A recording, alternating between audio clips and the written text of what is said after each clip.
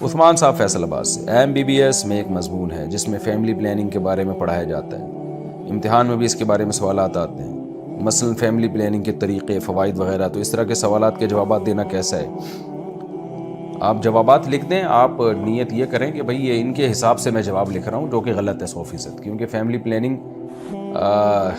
جو ہمارے ملک میں جو مسلط کی گئی ہے نا، اس کے بہت زیادہ زہریلے نقصانات ہیں۔ اگر صرف سوال یہی ہے کہ آپ اپنی رائے کا اظہار کریں تو پھر تو ٹھیک رائے کا اظہار کریں، آپ لکھیں کہ اس کے کیا کیا سائیڈ ایفیکٹ ہیں، اس سے لڑکیوں کا گروتھ ریشو کتنا بڑھ رہا ہے۔ جب ہر قوم، ہر فیملی کو 2 بچے چاہیے ہوں گے تو ان میں سے ہر ایک کی خواہش ہوتی ہے ایک لڑکا ایک لڑکی ہو۔ تو اگر لڑکیاں ہی ہوتی گئیں تو وہ لڑکے کی لالچ میں کنبا بڑھائیں گے اور لڑکیاں بڑھ جائیں گی، اور لڑکے جس کے 1-2 لڑکے ہو گئے وہ تو روک لے گا، جس کے نہیں ہوئے تو لڑکیوں کی لالچ میں کنبا بڑھاتا چلا جائے گا اور لڑکیوں کا ریشو بڑھ جائے گا۔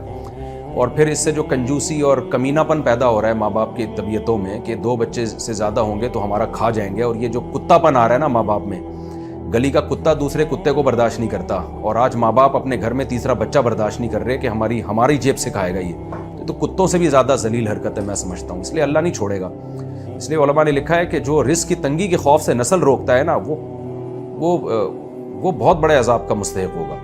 یہ کافروں کے کام ہیں جو خدا کے وجود ہی کے منکر ہیں، انہوں نے سائنسی کو اور کیلکولیشن ہی کو اپنا باپ بنا لیا ہر چیز میں، تبھی ان کے باپ لیس ہو گئے ہیں وہ لوگ، کیونکہ انہوں نے جب سائنس کو باپ بنا لیا تو ان کی سوسائٹی میں باپ ہی ختم ہو گیا۔ وہ سارے فیملی پلاننگ ہی کے اثرات ہیں ان کی سوسائٹی میں، آپ دیکھ سکتے ہیں جا کے۔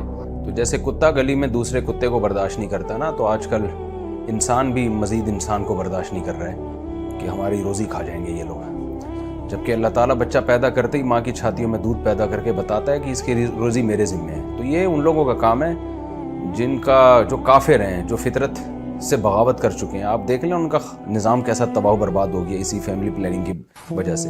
جاپان کی حالت دیکھ لو آپ، یورپ کی حالت دیکھ لو، گھر خاندان کے خاندان تباہ ہو گئے، ترقی کی انتہا کو پہنچ کے بھی کچھ نہیں ملا ان کو۔ کتوں سے دل بہلانے والی قومیں ہیں، نہ وراثت کا نظام باقی بچا، نہ کچھ بہو داماد پوتے نواسے، سب گدے گھوڑوں والی لائف ہے۔ منہ کالا کرتے ہیں نائٹ کلبوں میں جا کے، اور جب بڈھے ہونے لگتے ہیں تو کسی خاتون سے نکاح کر کے جو ہے وہ سمجھتے ہیں کہ بہت بڑا تیر مار دیا ہم نے۔ تو یہ اس فیملی پلاننگ کے جو ہے نا برکتیں ہیں جو میں نے آپ کے سامنے پیش کی، تو یہ مضمون آپ لکھ دیجئے وہاں پہ۔